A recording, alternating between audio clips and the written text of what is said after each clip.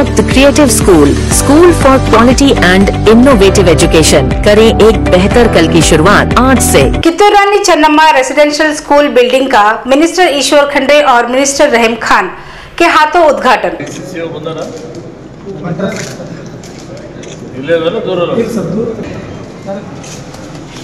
नमस्कार, मैं वर्षा रानी, आप देख रहे हैं बीके न्यूज। बीके न्यूज में आपका स्वागत है। इधर डिस्ट्रिक्ट के अलीअंबारी ग्राम में केकेआरडीबी माइक्रो योजना के तहत 25 करोड़ के लागत से कित्तूर रानी चन्नम्मा रेसिडेंशियल स्कूल की नई बिल्डिंग बनाई गई है। इसका इनॉग्रेशन बीदर इंचार्ज मिनिस्टर ईश्वर खंड्रे और municipal administration minister Rahim Khan के हाथों किया गया।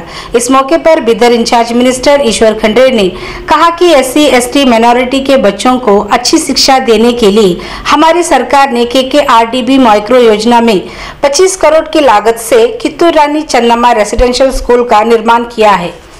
इस मौके पर minister Rahim Khan, DC Shilpa Sharma, ZP CEO doctor Girish Badale, CMC chairman Mohammed Gaus के अलावा कर्नाटका एजुकेशन एसोसिएशन संघ के president, SC/ST minority social welfare department officers, HM teachers मौजूद रहे। विशिष्ट वर्गಗಳ ಕಲ್ಯಾಣ ಇಲಾಖೆ ವತಿಯಿಂದ ಕರ್ನಾಟಕ ವಸತಿ ಶಿಕ್ಷಣ ಸಂಸ್ಥೆಗಳ ಸಂಘ ಬೆಂಗಳೂರು ವತಿಯಿಂದ ಪರಿಶಿಷ್ಟ ಪಂಗಡಗಳ ಒಂದು ಕಿತ್ತೂರು ರಾಣಿ ಚೆನ್ನಮ್ಮ ವಸತಿ ಶಾಲೆ के Giri silk and sari 7 heaven golden super mart 50% off ಸುಮಾರು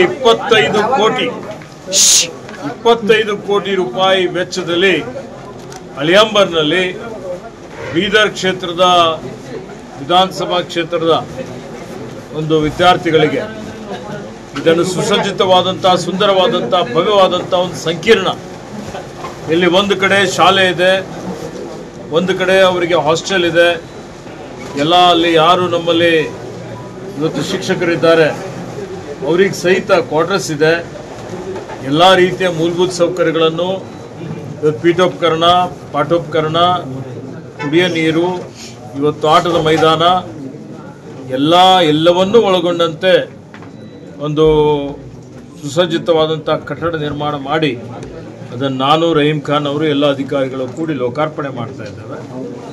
ಇದರಿಂದ ಬಡವರ ಮಕ್ಕಳು ಏನು ವಸತಿಯಿಂದ ಮತ್ತು ಶಿಕ್ಷಣದಿಂದ ವಂಚಿತರಾಗಿರ್ತಾರೆ ಅಂಥವ್ರಿಗೆ ಗುಣಮಟ್ಟದ ಶಿಕ್ಷಣ ಕೊಡಲಿಕ್ಕೆ, ಉತ್ಕೃಷ್ಟ ಮಟ್ಟದ ಶಿಕ್ಷಣ ಕೊಡಲಿಕ್ಕೆ ಇದು ಸಹಕಾರಿ ಆಗ್ತದೆ।